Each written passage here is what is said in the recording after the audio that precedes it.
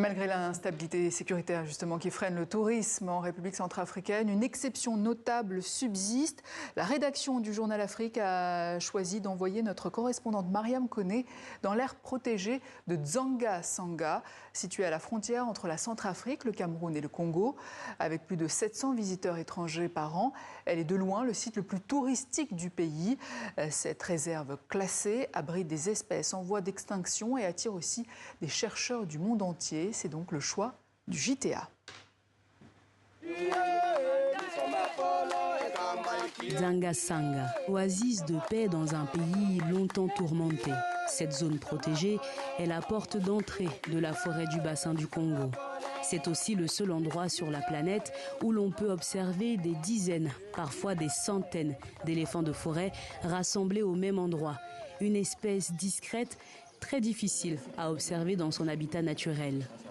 On les identifie généralement par les oreilles. Classée au patrimoine mondial de l'UNESCO depuis 2012, cette réserve est le premier site où les éléphants de forêt ont été étudiés dans les années 90. Ils sont en groupe de famille. Donc, par exemple, là, juste devant vous ici, vous avez la famille de Eta. C'est le site le plus visité de la République centrafricaine qui n'a pas de grandes infrastructures touristiques. C'est vrai que c'est exceptionnel. C'est exceptionnel. Il faut le vivre quelque part pour ressentir. Mais les éléphants ne sont pas les seuls trésors de cette réserve. Les vedettes du parc, ce sont eux. Les gorilles des plaines, une espèce en voie d'extinction, ils sont aujourd'hui l'attraction touristique phare du parc et font l'objet d'une surveillance étroite de la part des chercheurs centrafricains. Comme Constant, chargé de surveiller l'état de santé de ce groupe, habitué à la présence humaine depuis seulement 2 ans. Et à chaque fois quand nous venons sur le terrain, nous sommes en contact avec le groupe. Nous sentons qu'en poursuivant, en faisant le pistage, les individus, je dirais, les gorilles sont vraiment à l'aise. Il n'y a pas eu de gravité, on ne sent pas la présence des braconniers. Si chercheurs et touristes profitent de ces richesses naturelles, la protection du parc repose aussi sur les pisteurs locaux, comme Boto et Osolo. Ils appartiennent au peuple autochtone Bahaka, autrefois appelé Pygmée. Leur culture est intimement liée à la forêt.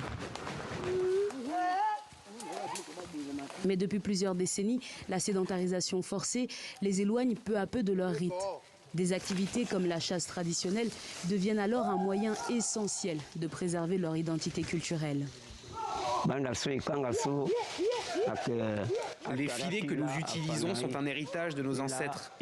C'est ainsi que nous avons appris à chasser et que nous transmettons ce savoir à nos enfants pour que la tradition continue.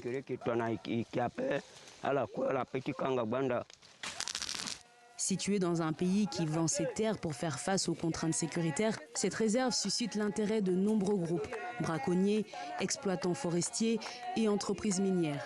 Selon certains chercheurs, si rien n'est fait, une partie de la réserve pourrait disparaître d'ici 2040. Avec elle, un patrimoine naturel unique et une culture ancestrale, celle des Bahaka.